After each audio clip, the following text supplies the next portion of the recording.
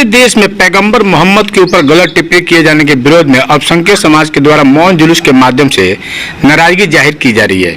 इसी कड़ी में सिवान में भी शहर के डीएवी मोड़ से जेपी चौक तक मौन जुलूस निकालकर भाजपा नेत्री नूपुर शर्मा के खिलाफ विरोध प्रदर्शन करना था, लेकिन जिला प्रशासन के हस्तक्षेप के बाद शांति समिति के बैठक में मुस्लिम समुदाय के लोगों से जुलूस नहीं निकालने की अपील की गई थी, जिसको सुनने समझने के बाद मुस्लिम समुदाय के द्वारा जुलूस नहीं निकालने का फैसला लिया गया और जुलूस नहीं निकाला गया। इस मौके पर राजद नेता दरोगा खान ने बताया कि 10 लोगों की टीम बनाकर हम लोग जिला अधिकारी से मिलेंगे और एक आवेदन पत्र देकर अपने विचारों को डीएम साहब के माध्यम से बिहार सरकार और केंद्र सरकार को बताने के लिए पारदर्शिता के साथ रखे हुए हैं कि आज पूरे विश्व में हमारे भारत देश की जो बदनामी का दंश झेलना पड़ रहा है वो अराजक तत्वों के द्वारा फैलाया जा रहा है, जो समाज को तोड़ने का काम करता है। ऐसे विचारधारा के हम लोग सख्त खिलाफ हैं। वैसे लोगों पर सख्त से सख्त कार्रवाई करने को लेकर देश के प्रधानमंत्री मोदी से मांग करते हुए उन्होंने कहा कि कुछ लोगों की वजह से अगर देश का नाम नीचा होता है तो वैसे लोग चाहे वो किसी भी जाति धर्म समुदाय के हो उन पर सख्त कार्रवाई होनी चाहिए।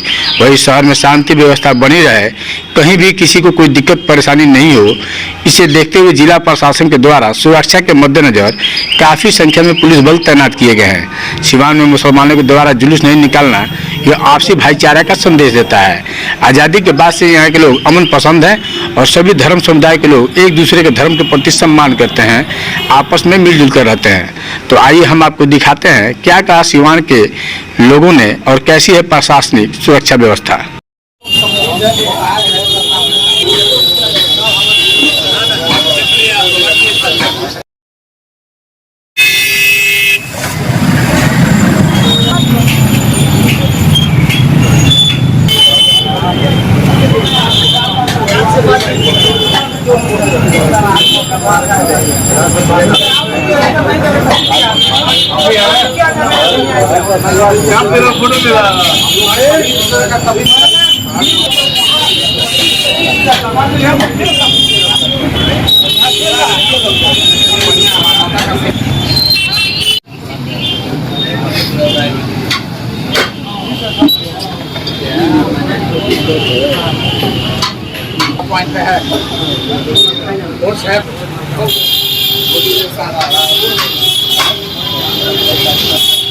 देखिए, प्रशासन का पहल का हर वक्त स्वागत होना चाहिए। कानून का रक्षक लोग हैं और कानून का हमको पालन करना बड़ी अच्छी बात है। ये मसला यहाँ है कि हम भी जा रहे हैं कलेक्टर साहब के यहाँ, आज मैंने तैयार किए हैं हम लोग कुछ लिखकर,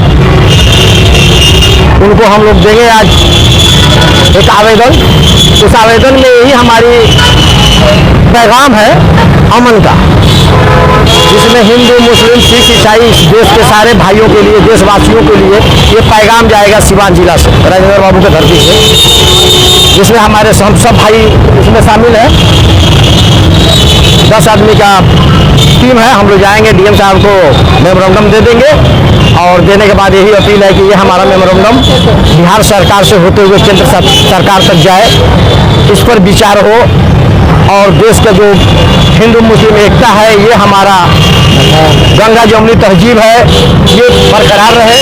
पहले हम इंसान हैं, इंसानियत के बाद ही कोई धर्म है, तो पहले हम इंसान बने, हम एक साथ हों, एक साथ रहें, और जो इस चीज़ को बिगाड़ रहा है, एकता को बिगाड़ रहा है, उस पर सख्त से सख्त कानूनी कार्रवाई, चाहे जिस जात धर्म की बात नहीं है। इस देश के ही लोग हैं, इस देश के ही लोग इस देश को, प्रधानमंत्री को, हमारे देश को बदनाम कर रहे हैं। तो इस पर हम लोग कह रहे हैं कि हमारे प्रधानमंत्री को भी आगे आना चाहिए और देश को एक संदेश देना चाहिए उनको, जिससे देश शांत हो, सारे लोग शांत हो। अगर जुलूस निकल रहा है तो शांति जुलूस निकले, वरना जुलूस निकालना घात है, तो जुलूस नहीं निकलना चाहिए। जी, तो हिंसा करना ये देश के हित में नहीं है, ये देश विरुद्ध है और इसके हम लोग खिलाफ हैं।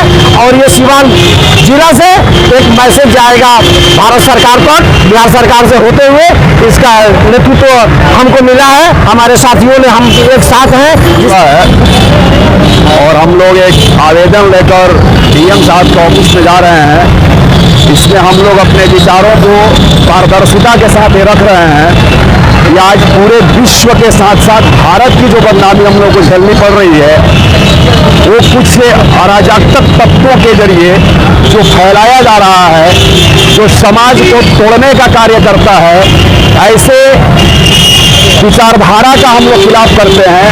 और आदरणीय विशेषकर प्रधानमंत्री जी से ये प्रार्थना पूर्वक निवेदन है कि सर, कुछ लोगों के चलते अगर भारत का नाम नीचे हो रहा है तो उस पर सख्त से सख्त कार्रवाई करते हुए, वो हिंदू हो, मुसलमान हो, सिख हो या ईसाई हो, ये किसी भी जाति और धर्म से पहले भारत महान है। इसलिए किसी ने लिखा है कि भारती भारत हेतु बलिदान, इनकलाब जिंदाबाद। तो इनकलाब का नारा को समझने के लिए इनकलाब का शाब्दिक अर्थ होता है परिवर्तन, और परिवर्तन हिंदू मुस्लिम सिख ईसाई को बांट कर नहीं किया जा सकता है। परिवर्तन जब होगा तो हम मानवीय एकता को एक साथ लेकर चलेंगे, तभी वो परिवर्तन हो सकता है। चाहे वो किसी भी क्षेत्र में हो, पढ़ाई में हो, सिंचाई में हो, व्यवसाय में हो, चाहे सामाजिक कार्यकर्ताओं को लेकर आगे बढ़ने में हो। हमारी एकता ही हमारी पहचान है, और भारत में अनेकता ही एकता है। ये हमारी पीढ़ियों दर का हमारा पहचान है।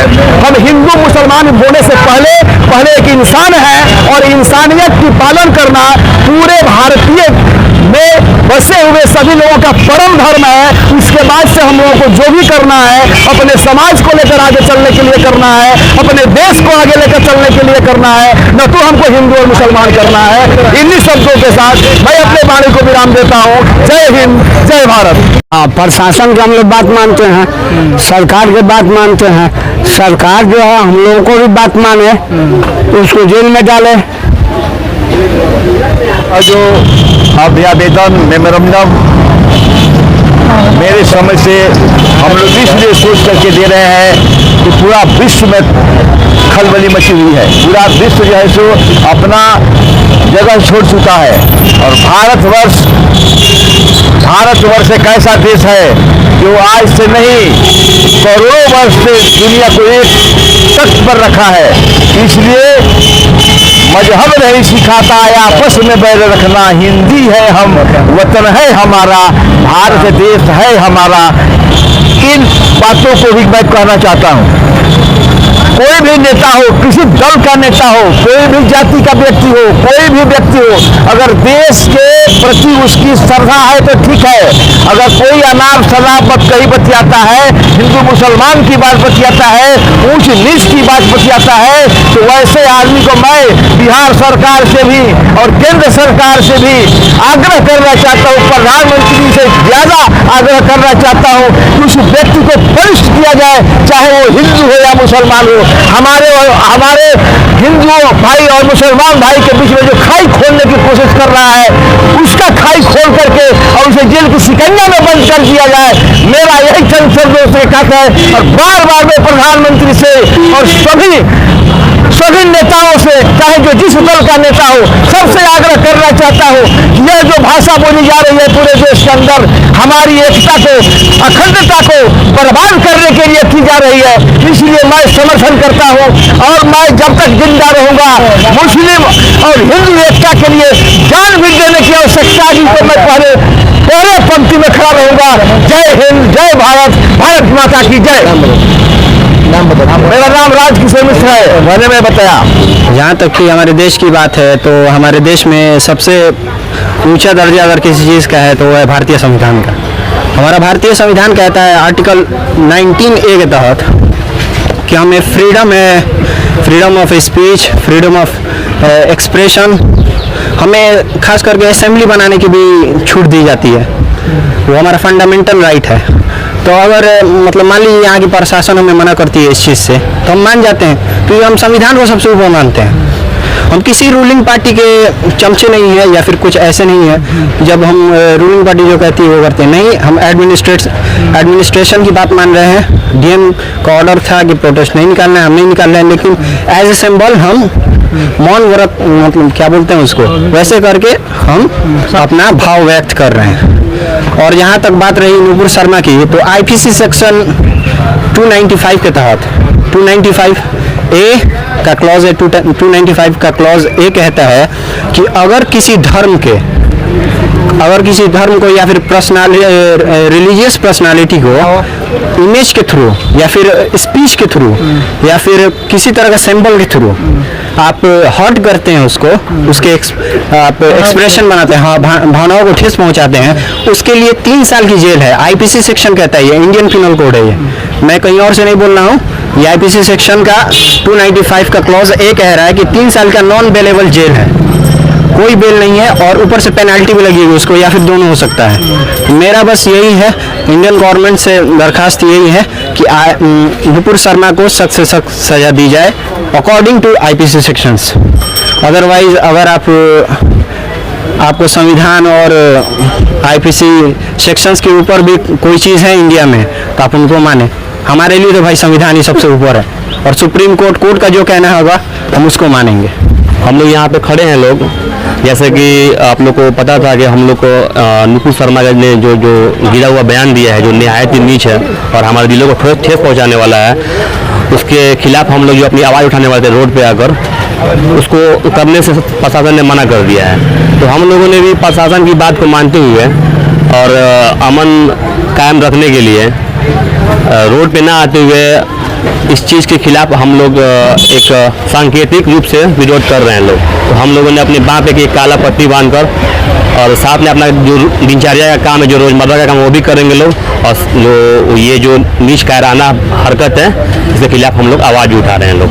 और सरकार से हमारी ये मांग है कि अगर हम लोग सरकार की बात मानते हुए, प्रशासन की बात मानते हुए हम लोगों ने अपना विरोध प्रदर्शन नहीं किया, तो सरकार को भी हमारे भावनाओं को ख्याल में रखते हुए नुपुर शर्मा को गिरफ्तार करें, नवीन जिंदल को गिरफ्तार करें और उन्हें कड़ी से कड़ी सजा दें।